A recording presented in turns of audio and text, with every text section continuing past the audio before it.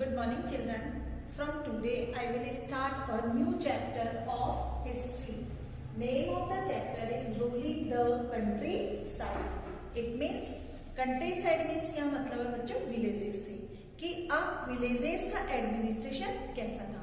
तो हम रिकॉल करते हैं. When we have to read the chapter second, you have to read about the subsidy alliances, paramountaincy, doctrine of lapse, in which you have to read that all the Diwani rights made in the East India Company after the Battle of Buxar and Battle of Plassey.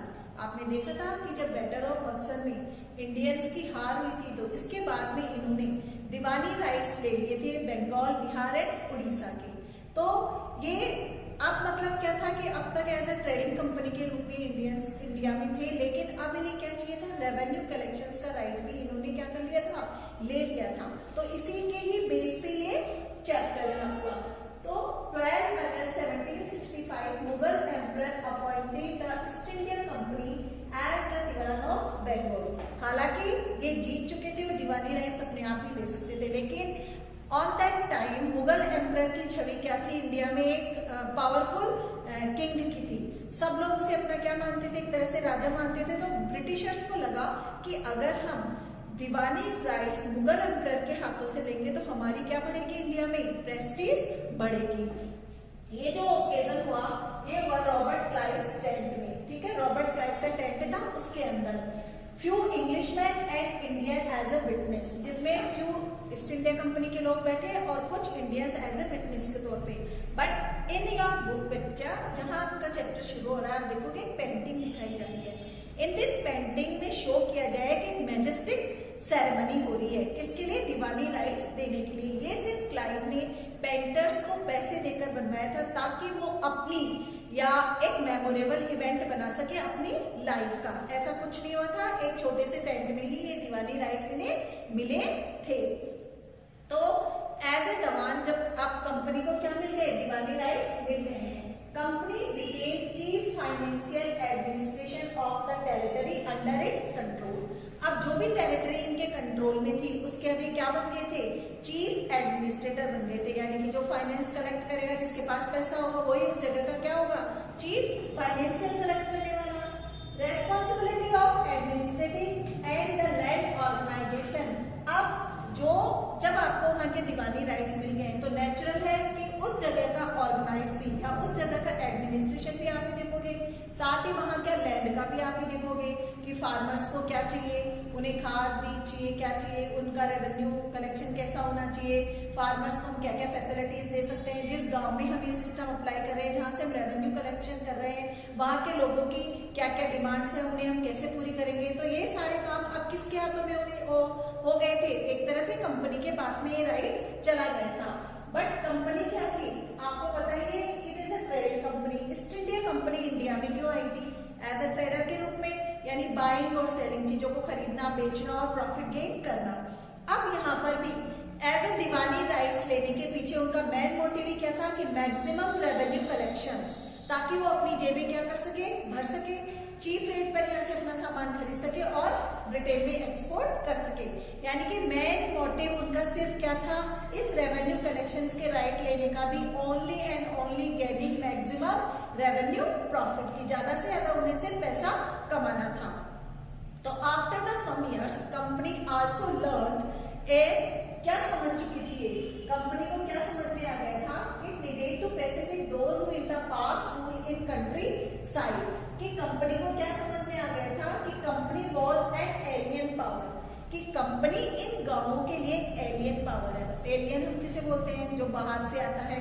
ठीक है, जैसे आप movies में देखते हो alien आया, तो वैसे ही एलियन बोलते हैं जो किसी दूसरी जगह से आया हो. तो ब्रिटिशर्स भी इन इंडिया में एज ए दूसरी जगह से आए थे, समुद्र पार करके आए थे और आज हमारे के राजा बन बैठे थे. तो इन्हें लगा कि अगर गाँव में हमें अपने आप को इम्पोर्टेंस देनी है तो जो पहले के इनके राजा महाराजा है उनकी प्रेस्टीज को हमें क्या नहीं करना है, हर्ट नहीं करना है. यानी उनके पावर को एलिमिनेट नहीं करना है, क्योंकि अगर उनके पावर को एलिमिनेट कर दिया तो आप भी जानते हो कि जो स्थानीय राजा थे, जनता उन्हीं को अपना सब कुछ समझती थी. उन्हें इससे कोई मतलब नहीं था कि राजा एज ए अथॉरिटी के रूप में यहाँ पर बैठा हुआ है, वो तो उसे अपना सर्वेसर्वा मानती थी. और इनको भी ये समझ में आ गया था कि लोग इन्हें ही ऑनर देते हैं, इन्हें ही अपना प्रेस्टिजियस मानते हैं, इन्हें अपना राजा मानते हैं, वो हमें नहीं मान रहे हैं। यानी कि हमें अभी इन जमींदारों को या इन राजाओं को यहाँ से इनके पावर को एलिमिनेट नहीं करना है। ये बात उन्हें समझ में आ गई थी, क्योंकि जो पास्ट में यहाँ की है भैया का राजा करेंगे, हम इनकी जरूरतों को इतना अच्छे से नहीं समझ पाएंगे, इसलिए they could not be entirely eliminate, इसीलिए इन्होंने जमींदारों या वहां के राजाओं को खत्म नहीं किया। अब नेक्स्ट टॉपिक आपका रेवेन्यू फॉर द कंपनी। ठीक है, स्टार्टिंग में हमने बताया कि एज ए ट्रेडिंग कंपनी के रूप में आए थे, और आज इन्हें हम यहाँ पर क्या मिलने वाले थे, फाइनेंशियल पावर्स मिलने वाले थे। अब कंपनी को तो क्या लग रहा था कि मोर एंड मोर हम तो बहुत ज्यादा रेवेन्यू क्या कर ले, यहाँ से कलेक्ट कर ले, यानी कि बहुत सारा पैसा हम क्या कर ले, बना ले। तो ये वांटेड है लार्ज रेवेन्यू, मेन मोटिव इनका क्या था, ज्यादा से ज्यादा पैसा कमाना। अब एज ए ट्रेडर के रूप में क्या था, was unwilling to set up any regular system of assessment and collection. ठीक है साहब, हमें तो पैसा तो खूब बनाना है, लेकिन हमें कोई ऐसा परमानेंट यहाँ पर सेटलमेंट नहीं करना, नहीं कोई रेवेन्यू कलेक्शंस का कोई आइडिया निकालना है, क्योंकि अगर ये सब आइडिया निकालेंगे इसकी हमें कोई जरूरत ही नहीं है, हमारे पास तो क्या आ जाएगा, सीधा पैसा आ जाएगा। अब बिफोर 1865 से पहले की बात हम देखें, तब ब्रिटेन से यहाँ से जो माल एक्सपोर्ट होता था उसके बदले में वहां से गोल्ड और सिल्वर आता था। लेकिन अब क्या हो रहा था कि वहां से कोई भी गोल्ड और सिल्वर नहीं आ रहा था, जो भी रेवेन्यू कलेक्शन ये यहाँ से ले रहे थे उसी को यहाँ पर अपने कामों में, अपने एक्सपोर्ट करने में, अपने सामान को खरीदने में या अपना एडमिनिस्ट्रेशन करने में उसी पैसे को ये यूज कर रहे थे। तो धीरे धीरे इकोनॉमी पर इफेक्ट पड़ा, यानी कि बंगाल की इकोनॉमी पर क्या आ गया, एक तरह से क्राइसिस आ गया। एग्जाम्पल गवर्नमेंट, अगर हमारे भले का काम नहीं करेगी, सिर्फ अपना ही अपना मोटिव देखेगी, अपना ही अपना प्रॉफिट देखेगी, तो नेचुरल है कि स्थानीय लोग थे उनके साथ में कुछ ना कुछ बुरा तो हो गए। तो यहाँ भी ऐसा इम्पैक्ट हुआ कि किसानों से ज्यादा टैक्स वसूल करना चाह रहे थे, आर्टिशन से भी ज्यादा टैक्स वसूल करना चाह रहे थे। तो इसका रीजन क्या निकलेगा कि लोग डे बाय डे उनका आप क्या करते जा रहे हो, एक्सप्लॉयटेशन करते जा रहे हो, उन्हें और गरीब बनाते जा रहे हो। तो यही हुआ यहाँ पर कि not willing for people only, ये तो अपना ही फायदा देख रहे थे। 1865 परचेज गुड्स सिल्वर और गोल्ड के बदले में दे रहे थे। Now the revenue collected from Bengal could finance the purchase of goods for export. ठीक है, उसी पैसे को वो यूज कर रहे थे। तो इसका तात्पर्य क्या हुआ, criticising on Bengal economy, Bengal की इकोनॉमी में एक बहुत बड़ा क्राइसिस आ गया और यहाँ पर क्रिटिसाइज होने लगी।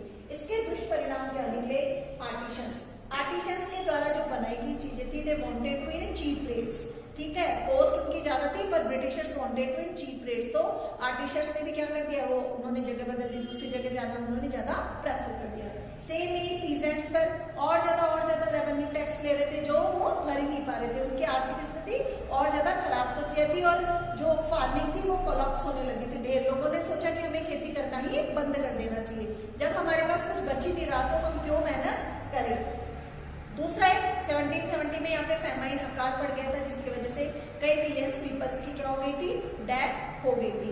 तो ये सारे रीजंस हो गए थे जिसकी वजह से अब कंपनी को लगने लगा कि हमें कुछ यहाँ पर ऐसा सेटलमेंट करना चाहिए ताकि हम इस बंगाल जो प्रॉस्पेरस था उसकी इकोनॉमी को हम क्या कर सके, इम्प्रूव कर सके, ताकि उसका बेनिफिट भी हमें मिल सके।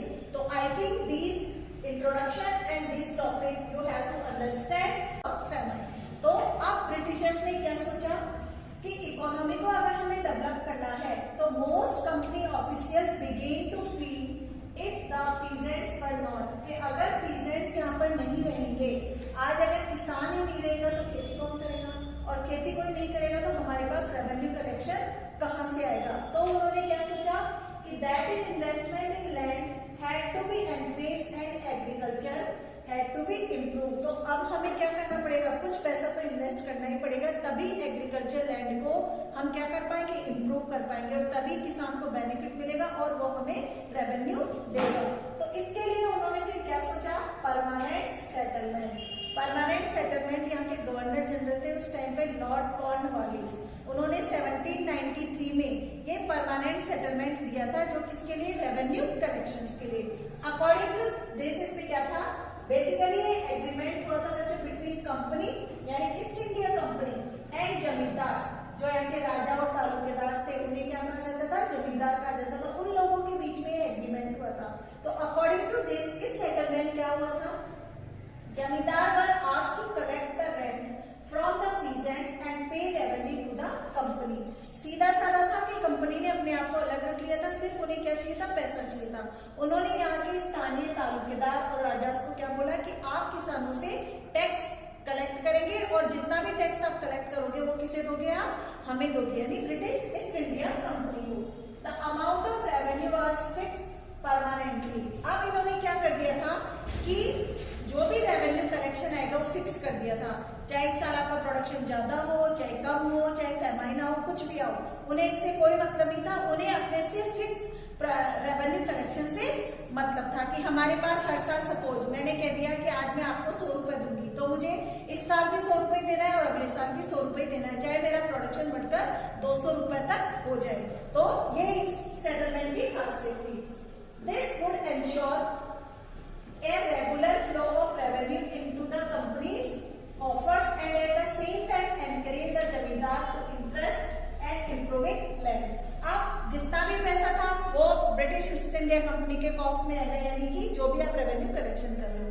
अब अगर मेरे पास में ज्यादा आ रहा है या कम आ रहा है तो ये जमींदार का इंटरेस्ट है कि वो उस लैंड इंप्रूवमेंट के लिए काम करेगा या नहीं करेगा, क्योंकि आपने तो फिक्स कर दिया कि मुझे 100 रुपए देने हैं। लेकिन अगर मैं इंप्रूवमेंट करती हूँ और मैंने उसी प्रोडक्शन को बढ़ाकर 100 से 200 रुपए रख लिया, तो वो पैसा किसके पास जाएगा, जमींदार के पास में, क्योंकि कंपनी का तो क्या था यहाँ पर, फिक्स था। तो फिर क्या होता है, amount of revenue would was fix, zamindar would benefit for increase production from the land. अब इसका बेनिफिट कौन उठा सकता था, जमींदार उठा सकता था। लेकिन देयर वर मेनी प्रॉब्लम्स, यहाँ पर भी बहुत प्रॉब्लम्स थे कि जमींदार को भी इस सिचुएशन का, इस सेटलमेंट का कोई फायदा नहीं मिल रहा था। वो क्या था, revenue fix was high that the जमींदार फाउंड इट डिफिकल्ट टू पे, कि यहाँ का रेवेन्यू इतना ज्यादा हाई था कि किसान उन्हें दे ही नहीं पा रहा था और ना ही फिर जमींदार आगे उसे दे पा रहा था। किसानों से मैंने टैक्स वसूल किया, उनके पास होगा ही नहीं तो मुझे कहां से देंगे, नेचुरल है। अब जमींदार को तो फिक्स क्या करना था, उसे देना ही देना था, तो जमींदारों की स्थिति क्या हो रही थी, खराब हो रही थी। Second, numerous zamindars were sold off at auction. अब जब जमींदार ये रेवेन्यू कलेक्शन नहीं दे पा रहे थे तो उनके लैंड क्या हो रहे थे, नीलाम हो रहे थे, यानी कंपनी उन्हें हड़पती जा रही थी।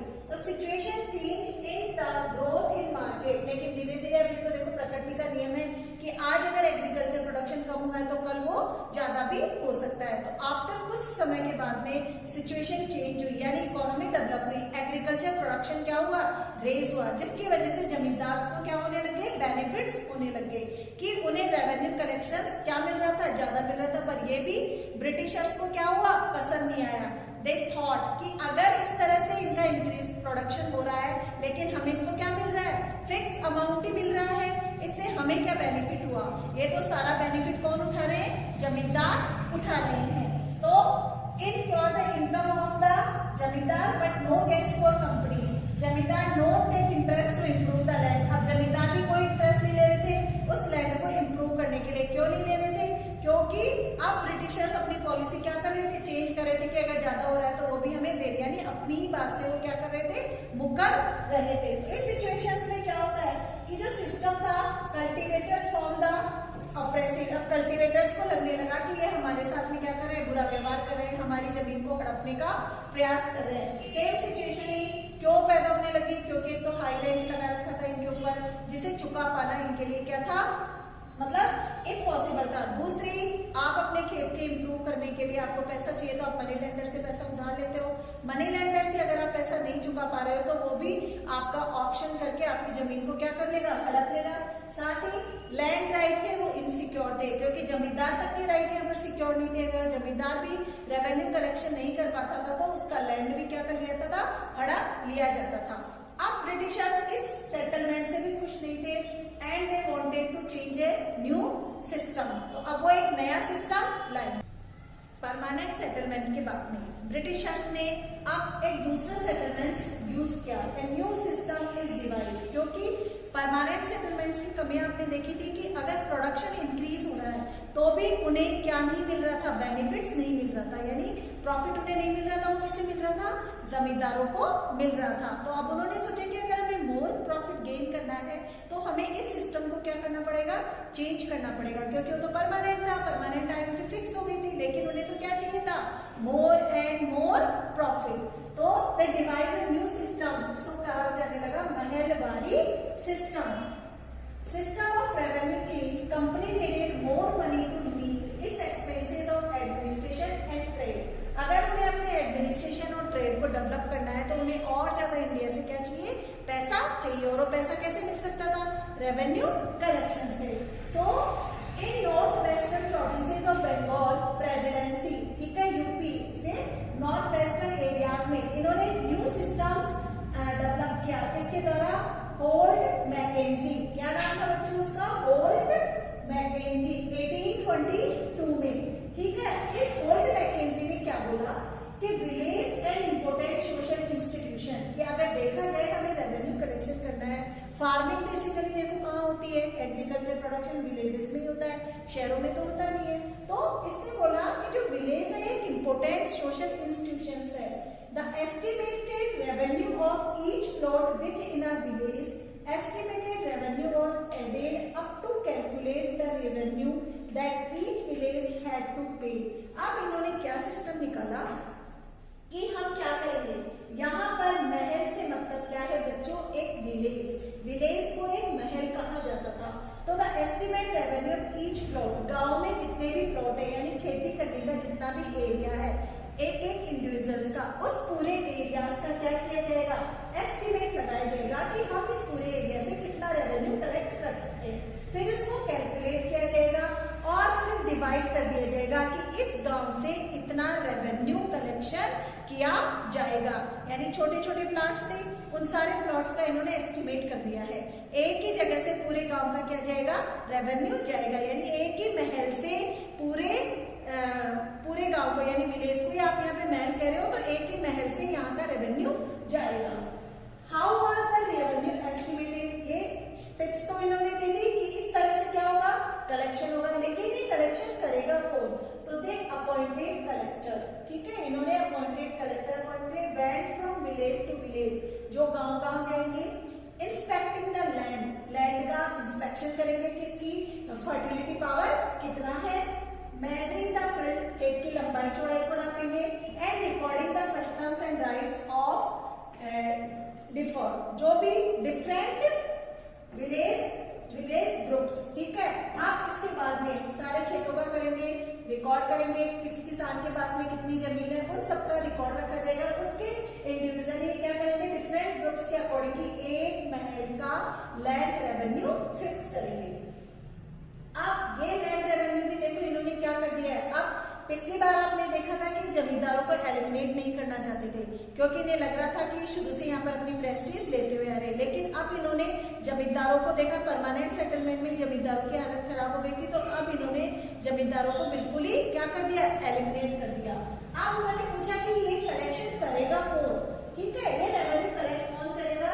तो इन्होंने क्या बोला, this revenue collected by the village headman, यानी गांव का जो भी सरपंच हो गया होगा वो collected revenue and pay it to the company not zamindar. यानी कि इस रेवेन्यू का कलेक्शन करने का नाम हेडमैन करेगा, वही हेडमैन कंपनी तक पहुंचेगा, जमींदार नहीं। यानी जमींदारों को इन्होंने एक तरह से पूरी तरह से क्या कर दिया, एलिमिनेट कर दिया। तो आई थिंक ये था बच्चों महलवारी सिस्टम जो रॉबर्ट मैकेंजी ने दिया था।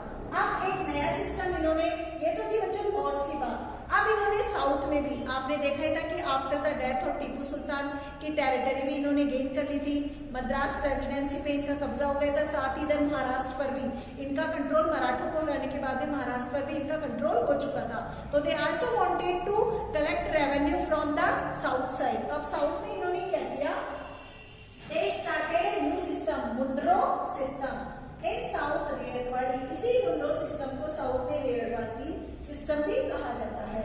Tried on A small scale, starting में इन्होंने क्या किया, एक कैप्टन थे अलेक्जेंडर वेड, जो कि territory gain from Tipu Sultan. इन्होंने कहा कि पहले हम स्मॉल स्केल पर इस प्लान को यानी कि सिस्टम को अप्लाई करके देखते हैं। तो इन्होंने जो टीपू सुल्तान से टेरिटरी गेन करी थी मैसूर वाली, वहां पर इसे एप्लीकेबल किया।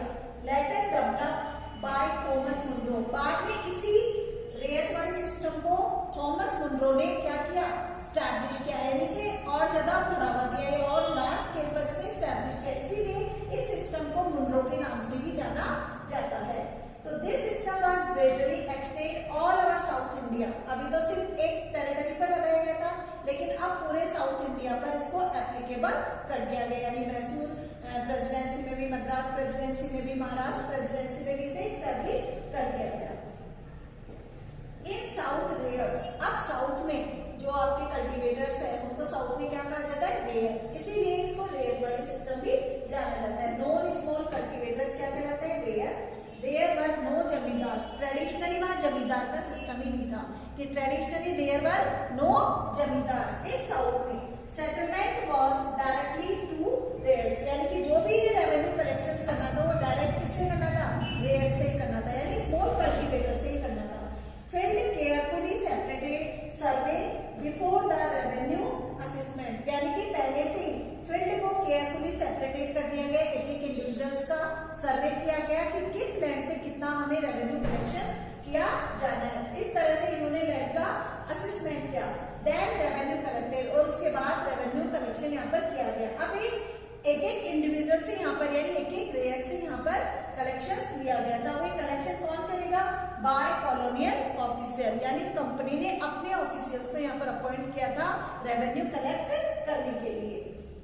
मुनरो थॉट, अब मुनरो का विचार क्या था कि British should act as a paternal father figure protecting the ryots later their charge, कि अब इन्होंने क्या किया कि मुनरो ने सोचा कि ब्रिटिशर्स को एक ऐसे शो करना चाहिए जैसे वो इनके पैटर्नल मतलब पूर्वज फादर है, जो इनकी प्रोटेक्टिंग के लिए, इनकी सुरक्षा के लिए क्या कर रहे हैं, काम कर रहे हैं, और रेयर इनके अंडर में अपने आप को क्या समझेंगे, सुरक्षित समझेंगे। तो I think everyone has understood about the permanent settlements, Mehelwadi settlement and Munro settlements. In our next video, we will talk about the other topics of this chapter. Till then, have a good day, children.